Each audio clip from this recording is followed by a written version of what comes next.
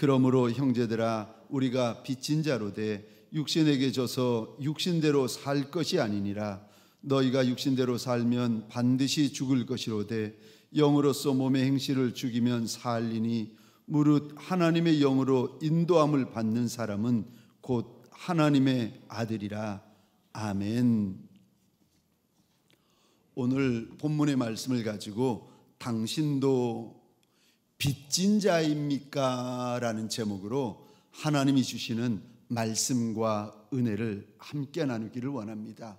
당신도 빚진 자입니까?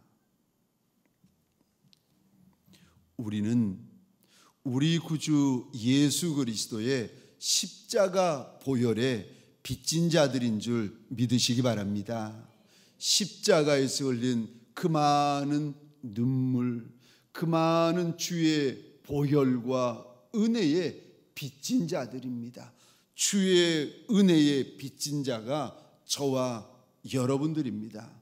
뿐만 아니라 저와 여러분들은 믿음에 착하고 충성된 종들에게 또한 빚진 자들입니다. 그래서 로마서 1장에 보면 바울이 이런 고백을 합니다. 나는 헬라인들에게도 빚진 자고, 나는 야만인들에게도 빚진 자고, 나는 어리석은 자들에게도 빚진 자고, 나는 지혜로운 이들에게도 다 빚진 자다. 나는 빚진 자다, 빚진 자다 고백을 합니다. 저 오래전입니다. 제가 어느 교회 부교역자로 사역할 때였는데 매년 시골에 있는 어느 작은 교회들을 찾아가가지고 그날 하루 동안에는 전도도 하고 이제 저녁이 되면 마을 어르신들을 위하여서 큰 잔치도 벌이고 말씀도 전하고 복음도 전하는 그런 시간들을 가지곤 했습니다.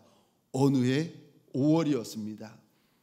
지금도 기억나는 것이 얼마나 그 외진 시골인데 야생화가 가득히 피어 있고 찔레꽃이 피어 있고, 얼마나 보리밭이 넓게 펼쳐져 있었는지 모릅니다.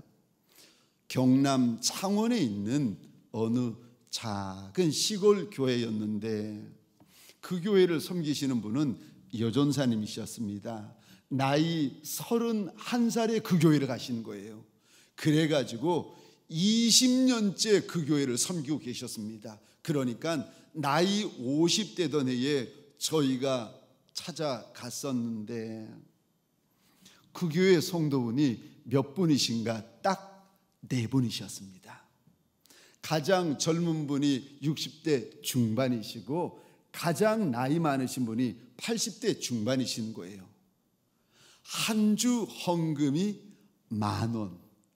전도사님, 저 홀몸이신 50대신 전도사님이 5,000원 하고 또 5,000원 하시는 분이 어느 연세 많으신 가게 하시는 할머니 한 분이 또 5,000원이요. 그러니까 한 달 헌금해봤자 합계가 4만 원입니다. 4만 원 가지고 공과금을 낼 수 있겠습니까? 전도사님 쌀을 살 수가 있겠습니까? 옷 한 벌 사기도 쉽지 않은 물질이었습니다. 그런데 이 처녀 50대 여전사님이 얼마나 밝고 씩씩하고 활기차게 저희를 대접해 주시는지, 저희가 도착해가지고 도착 예배를 드리는데 예배를 드리고 있는데, 아니 분명히 성도 넷이라고 했는데 저쪽에서 주일학교 학생 3시가 쪼르륵 들어와가지고 같이 찬송을 부르고 있는 겁니다. 나중에 알았더니 세상에 서울에 사시는 부모님이신데 이분들이 헤어지신 겁니다. 그리고는 이 아이들을 버리듯이 시골에 계시는 할머니에게 또 맡겨버린 겁니다. 그 시골이 얼마나 외진된가 하면은 거기서부터 학교까지 몇 시간을 걸어 가야 되는 외진 곳입니다.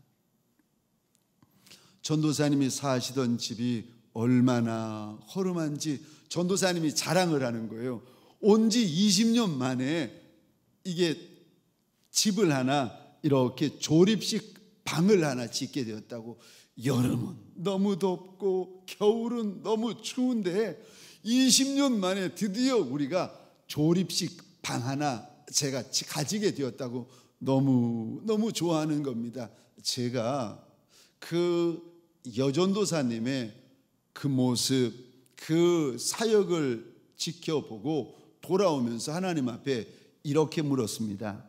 하나님, 누구는 이렇고 누구는 왜 저렇습니까? 하나님, 내가 하나님 앞에 묻고 싶은 게 있는데 누구는 이렇고 누구는 왜 저렇습니까?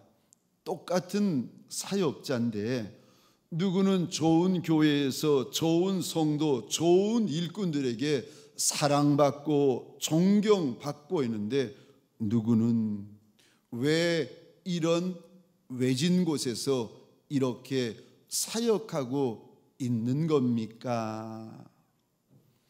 둘 다 동일하게 주님을 사랑하는데, 둘 다 동일하게 사역자의 길을 걷고 있는데 왜 누구는 이렇고 왜 누구는 저런 겁니까? 돌아오는 내내 주님에게 왜 그런 겁니까? 물어보았습니다. 제가 한 번은 섬기고 있던 교구의 일꾼들과 저 지리산 산 골짜기 밑에 있는 어느 시골 교회에 또 섬기러 갔습니다. 연세 많이 드신 목사님이 저희들이 왔다고 이제 도착 예배 때에 설교를 하시면서 말씀을 전하시는데 문득 이런 말씀을 하시는 겁니다. 여러분, 난들 여기 오고 싶어서 온 줄 아십니까? 그러면서 하시는 말씀이 어느 날 우리 주님께서 호주머니 속에 손을 집어넣으시더니 씨앗을 한 움큼 잡으시더라는 겁니다. 그리고는 그 씨앗을 하늘로 뿌리셨는데 자기 씨 하나가 지리산 산골짜기 이 작은 시골교에 와서 떨어졌다는 겁니다.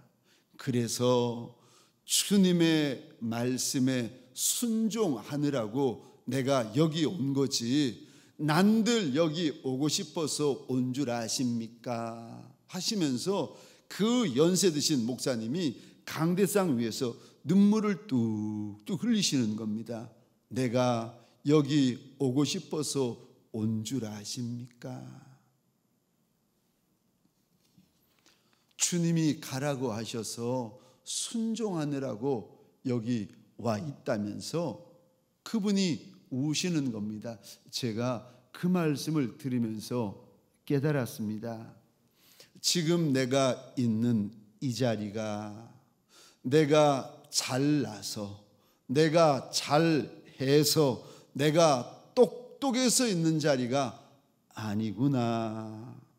저 목사님처럼 주의 말씀이라면 선한 마음으로 순종하시는 분들 계셔서 그래서 앞에서부터 주의 말씀에 순종하고 순종해서 그래서 결국은 내 차례가 되어가지고 내가 이렇게 아름다운 자리에 있는 거구나. 제가 그날 알았습니다. 만일 내 앞서 있는 종들 가운데 한 분, 두 분, 세 분이라도 주님이 말씀하실 때 나 싫다고, 나 저 시골교회 가기 싫다고, 나 저 섬교회 가기 싫다고, 나 저기 산골교회 가기 싫다고 주님 말씀하실 때 순종하지 못하겠다고 뛰쳐나오는 종들이 있었으면 저 자리가 내 자리가 되는 건데,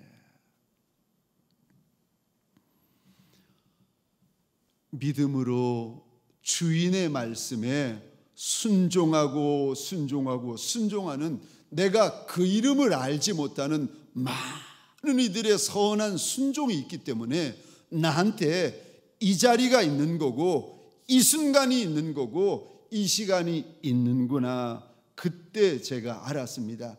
내가 저들의 선한 순종에 빚진 자구나.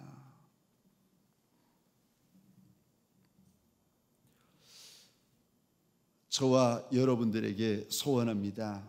저와 여러분들 주의 은혜에 빚진 자들일 뿐만이 아니라 믿음의 많은 종들의 순종에 빚진 자들이십니다. 아멘이십니까? 우리도 빚진 자들입니다. 바울만 빚진 자가 아니라 저만 빚진 자가 아니라 오늘 이 말씀을 가정에서 듣고 계신 분들, 오늘 이 말씀을 내 하나님의 이름 두신 곳에 굳이 달려나와 납작이 엎딘 여러분들도 사실은 빚진 자들입니다. 빚진 자는 자기가 빚진 자인 것을 잊으시면 안 됩니다. 잊으면 그분은 방자해지십니다. 빚진 자인데 자기가 빚진 자인 것을 잊으면 그때부터 그분은 마음이 달라지고 말이 달라지고 자세가 달라지기 시작합니다. 방자해집니다. 교만해집니다. 종이 주인처럼 행세하기 시작합니다. 마태복음 18장에 보면 어느 임금님에게 자그만치 1만 달란트를 빚진 종이 등장합니다. 여기 1만 달란트가 어느 정도 되는가? 그 당시에 1데나리온은 하루 품삯이었습니다. 그런데 한 달란트는 6천 데나리온입니다. 그러니까 한 달란트는 6,001의 품삯입니다.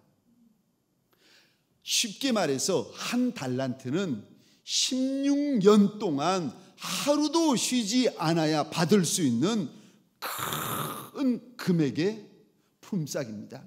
한 달란트는 16년 동안의 품삯이고 1만 달란트는 16만 년 일해야 받을 수 있는 품삯입니다.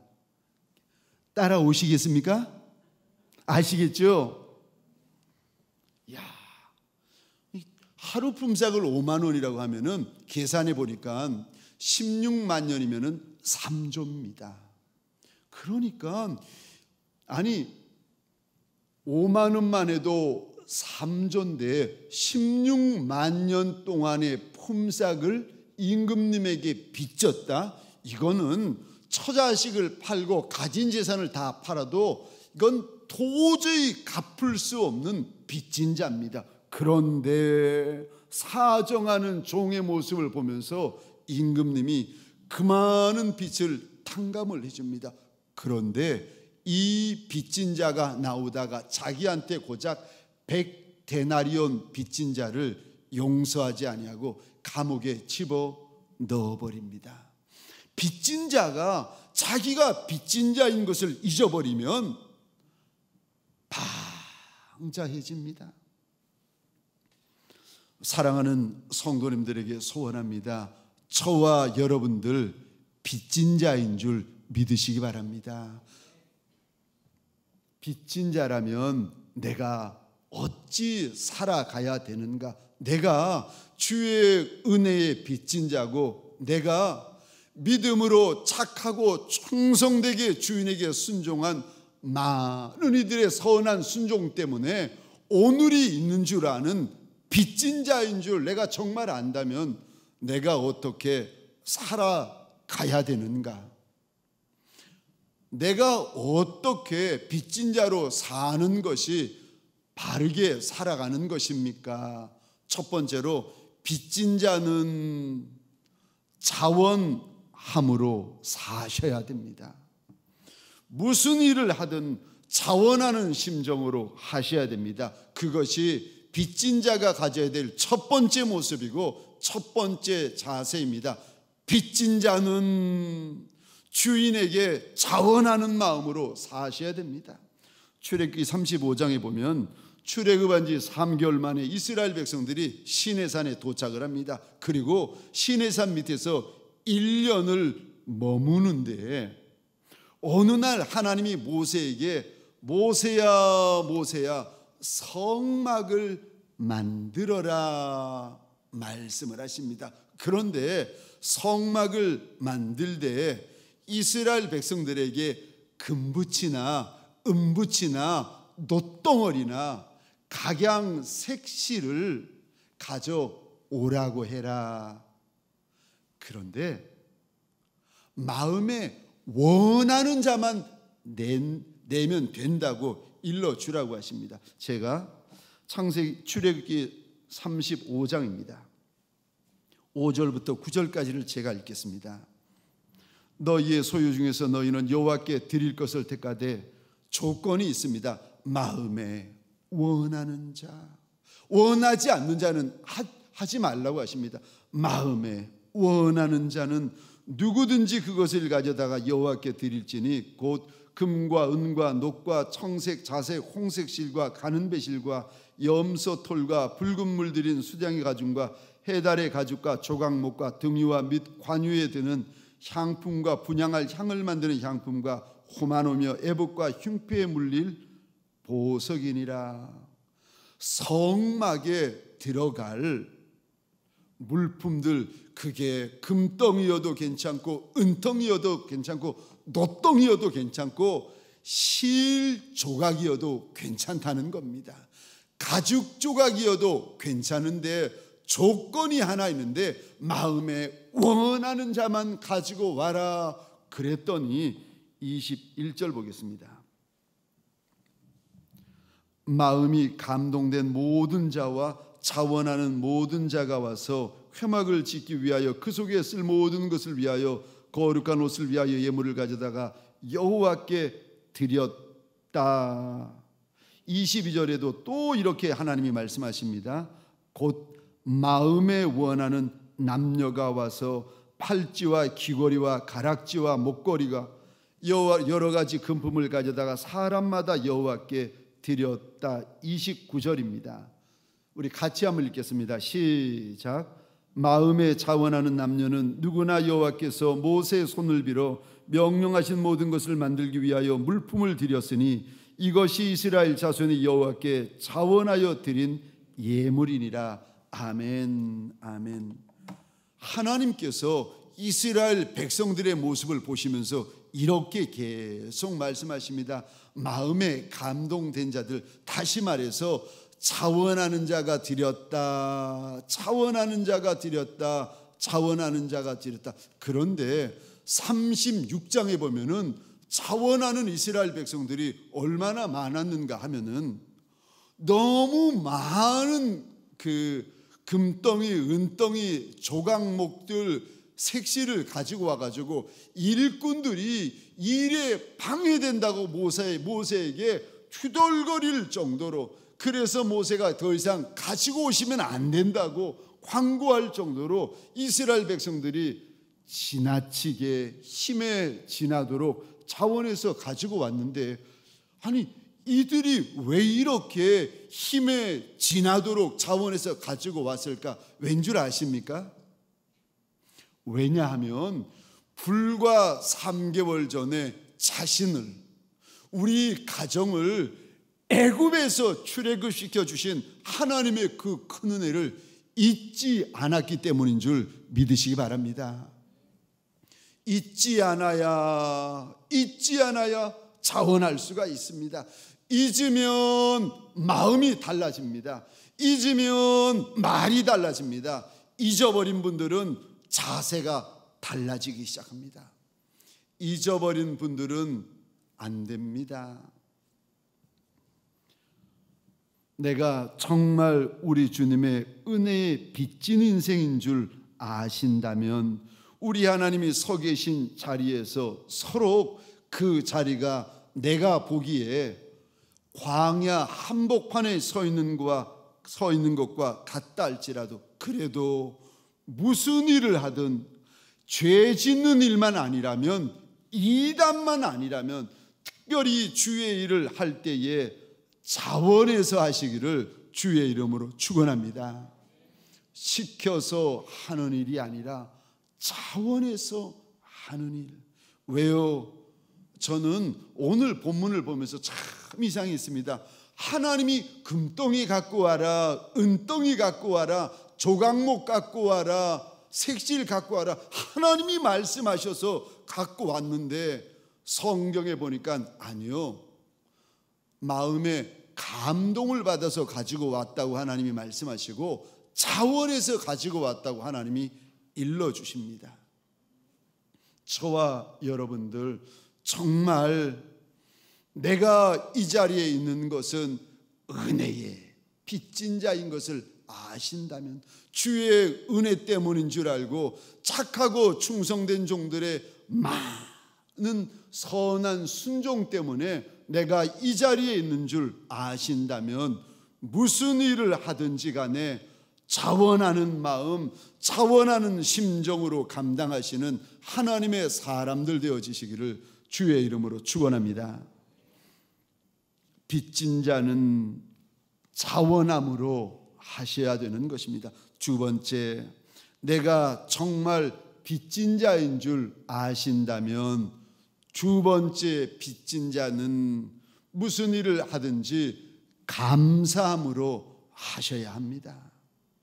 우리 주님이 바울을 통하여 하나님의 사람들에게 당부하시는 말씀이 있는데, 이게 하나님의 뜻이다 하시는 말씀이 있는데 범사에 감사하라고 말씀하십니다. 그것이 예수 안에서 너희를 향한 하나님의 뜻이다 일러주십니다. 한두 가지 감사할 것이 아니라, 감사할 것만 감사할 것이 아니라 범사에 감사하라고 우리에게 명하십니다. 데살로니가전서 5장 16절, 17절, 18절 우리 화면을 보시면서 함께 읽겠습니다. 시작. 항상 기뻐하라, 쉬지 말고 기도하라.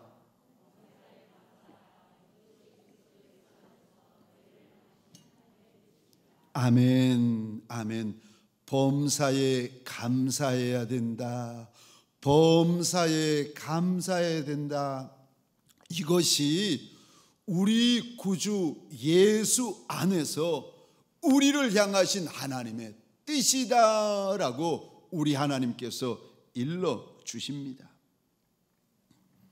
무슨 일을 하던 죄 짓는 것만 아니고 이단만 아니라면 감사함으로 받고 감사함으로 해야 된다고 우리 하나님께서 우리에게 알려주십니다. 저는 제가 작은 종이라는 것을 압니다. 그리고 저는 제가 천한 종이라는 것도 압니다.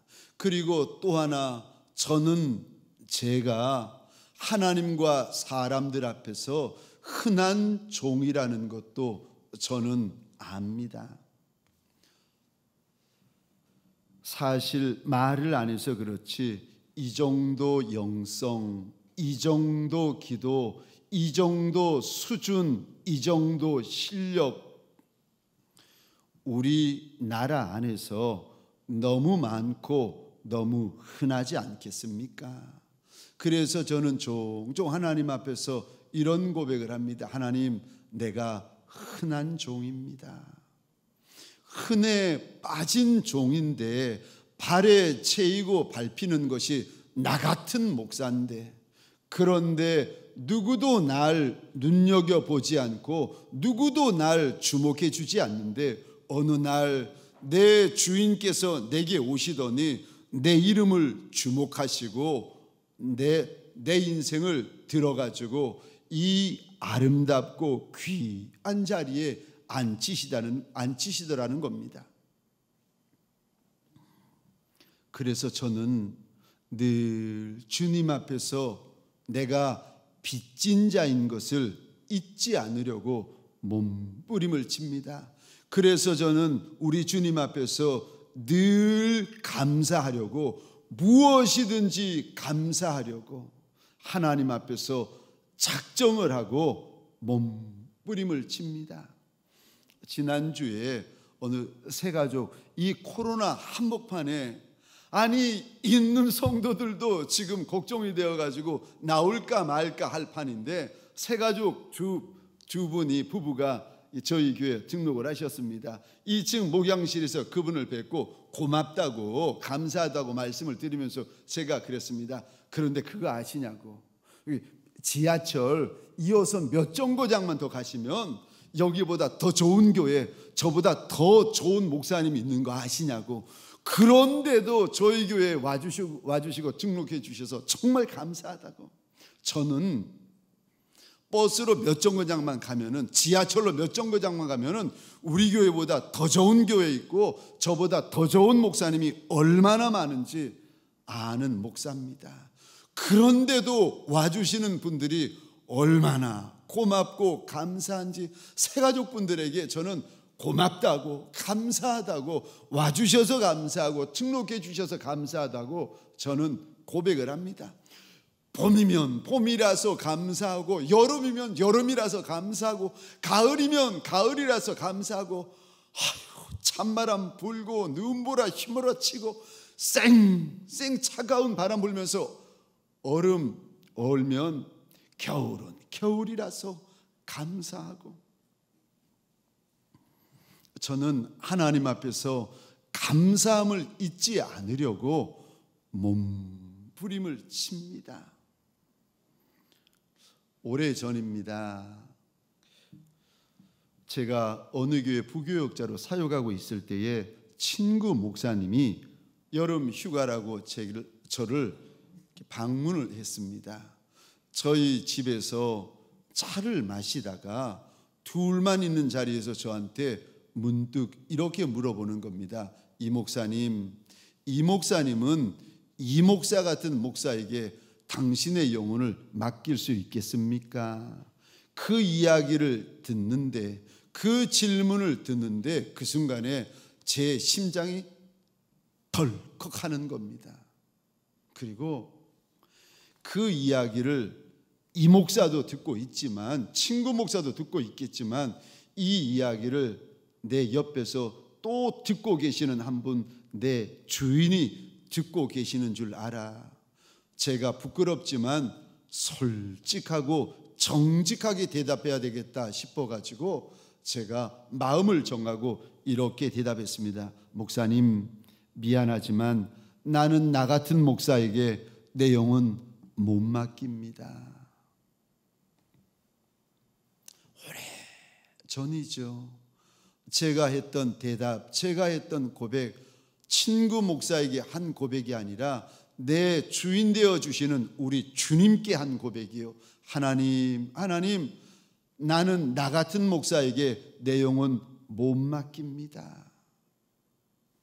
나도 나 같은 목사에게 내 영혼 못 맡기겠다고 하는데, 하물며 내 모든 것 아시고 내 모든 것 보시는 우리 하나님께서 나 같은 종을 목자 삼아 주시고 내게 귀하디 귀한 예수 생명, 예수 보혈로 사신 양떼들을 나한테 맡겨주셨다. 그런데 제가 안 고마울 게 뭐가 있고, 안 감사할 게 뭐가 있고, 안 황송할 게 뭐가 있겠습니까? 다 고맙고 다 감사하고 다 황송한 것 뿐이지 않겠습니까? 사랑하는 성도님들에게 소원합니다.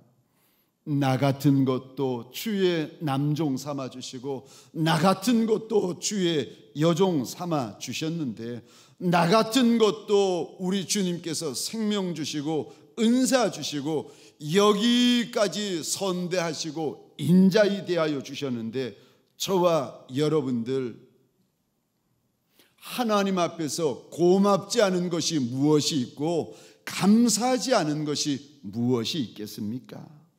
항상 기뻐해야 된다, 범사에 감사해야 된다. 이것이 우리 구주 예수 안에서 너희를 향하신 하나님의 뜻이다. 일러주신 우리 하나님의 말씀을 기억하여 늘 감사하고 범사에 감사하고 끝까지 감사하고 평생 감사하는 착한 종들, 충성된 주의 종들이 되시기를 주의 이름으로 축원합니다. 마지막 세 번째로, 저와 여러분들이 정말 주의 은혜에 빚진 자들인 줄 아신다면 저와 여러분들이 서 있는 자리에서 열심히 감당하셔야 됩니다. 죄 짓는 거 이단만 아니라면 무슨 일을 하든지 열심으로 감당하셔야 됩니다. 그래서 우리 주님은 맡은 자에게 구할 것은 충성이다 일러주셨습니다. 무엇을 맡았던지 죄 짓는 것만 아니고 이단만 아니라면 열심으로 충성해야 된다고 맡은 자들에게 우리 주님께서 일러주십니다. 계시록 3장 19절에서도 그러므로 내가 열심을 내라. 나보다 다른 이가 이 자리에 있으면 더 잘할 수 있는데, 나보다 다른 이가 이 자리에 있으면 더 겸손할 수 있는데, 더 거룩할 수 있는데, 더 충성할 수 있는 자리에 저와 여러분들이 앉아 있는 거 아니겠습니까? 내 가정, 내 교회, 내 직장, 내 사업장, 하나님께서 나한테 맡기지 않으시고 나보다 나은 다른 이에게 맡기셨으면 그가 하나님 앞에서 더 착할 수 있고, 더 겸손할 수 있고, 더 거룩할 수 있고, 더 충성될 수 있는데, 그거 뻔히 아시는 우리 주님께서 굳이 내게 맡겨주셨는데 그 자리에서 게으르면 어떻게 하시겠습니까? 그러므로 내가 열심을 내라, 열심을 내라, 우리 하나님께서 말씀하십니다. 저와 여러분들이 종이고 저와 여러분들이 주의 일꾼들인데, 아니 종을, 일꾼을 일하라고 불렀더니 이 종이 가면 갈수록 게을러지는 겁니다. 이 일꾼이 가면 갈수록 주인 앞에서 무익해지는 겁니다. 이런 종을 어디다 쓰겠습니까? 가면 갈수록 게을러지고, 가면 갈수록 일하는 거 싫어하고, 가면 갈수록 꾀를 부리고 있으니 이런 일꾼을 누가 쓰고, 이런 일꾼을 어느 주인이 좋아하겠습니까? 게으른 종은 주인에게 무익한 종입니다. 그런데 종종 저와 여러분들, 주의 일꾼된 저와 여러분들이 남종이고 여종들인데 우리 주님이 당부하시는 일을 맡기 싫어하고 하기 싫어할 때가 있습니다. 이 일은 힘들어서 싫다고 하고, 저 일을 맡기면 저 일은 복잡해서 싫다고 하고, 요 일을 맡기면 요 일은 나한테만 일 시킨다고 싫어하고, 아니 일하라고 일꾼 삼아주시고 일꾼으로 불러주셨더니 쉬운 일만 하고 편한 일만 하고 좋아 보이는 일만 하고 귀한 일만 하고 아름다워 보이는 일만 하려고 하면 주인이 어떻게 그 종을 쓸 수 있겠습니까? 그러면 안 됩니다. 나보다 더 착한 종이 얼마나 많은데, 나보다 더 충성된 종들이 얼마나 많은데, 하나님께서 나한테 가정을 맡기시고 교회를 맡기시고 사업장을 맡겨주셨는데 그곳에 서서 꾀부리고 있으면 어떻게 하겠습니까? 내가 잘해서 이 자리가 있는 것이 아닙니다. 내가 잘나서 이 자리가 있는 것이 아니랍니다. 저와 여러분들 하나같이 빚진 자들입니다. 저는 누가복음 17장을 읽을 때마다 참 은혜를 받는데, 그래서 누가복음 17장의 이 본문에 제 성경책을 보시면 참 많이 밑줄이 그어져 있습니다. 이런 색깔 저런 색깔로 밑줄이 그어져 있는데, 누가복음 17장에 보면 어느 종이 하루 종일 양을 치다가 밭을 갈다가 저녁이 되어 돌아옵니다. 그런데 종이 돌아오는 모습을 보고는 주인이 또 일을 시킵니다. 성경에 봤더니 주인이 하는 말이 주인의 먹을 것 준비하고 주인 곁에서 수종 들라고 명을 합니다. 그러면서 주님이 이렇게 말씀하십니다. 그런다고 주인이 종에게 감사하겠느냐? 그러면서 17장 10절 그 말씀의 끝을 우리 주님께서 이렇게 맺으십니다. 17장 10절 우리 같이 읽겠습니다. 시작. 이와 같이 너희도 명령받은 것을 다 행한 후에 이르기를 우리는 무익한 종이라 우리가 하여야 할 일을 한 것뿐이라 할지니라. 아멘. 아멘. 오전에도 일하고 오후에도 일하고 저녁 늦도록 일했을지라도 집에 돌아왔더니 주인이 기다렸다가 또 일을 시켜서 그 일도 다 한 연후에 주인에게 이렇게 말하라는 겁니다. 우리는 무익한 종이라 우리가 하여야 할 일을 한 것뿐이라 할지니라. 주인이 말씀하시는 것, 주인이 명하시는 것, 주인이 당부하시는 것 하나도 소홀히 하지 말고 다 행한 후에 저와 여러분들이 각자가 주인 앞에서 고백해야 될 말이 있다는 겁니다. 나는 무익한 종이라 하여야 할 일을 한 것뿐이니이다. 사랑하는 성도님들에게 소원합니다. 이 고백이 있는 착하고 충성된 빚진 종들이 되어지시기를 주의 이름으로 축원합니다. 말씀을 마치겠습니다. 빚진 자들은 어찌 살아가야 됩니까? 내가 주의 은혜의 빚진 자가 맞고 주인의 말씀에 선한 마음으로 순종한 많은 이들의 선한 순종의 빚진 자가 내가 맞다면 내가 이 땅에 살아갈 때 어찌 살아가야 됩니까? 첫째, 차원함으로 사셔야 됩니다. 두 번째, 범사에 감사함으로 살아가셔야 됩니다. 그러나 마지막 세 번째, 맡은 자에게 구할 것은 충성이라고 하셨는데 열심으로 살아가셔야 됩니다. 그것이 빚진 자의 마땅한 모습입니다.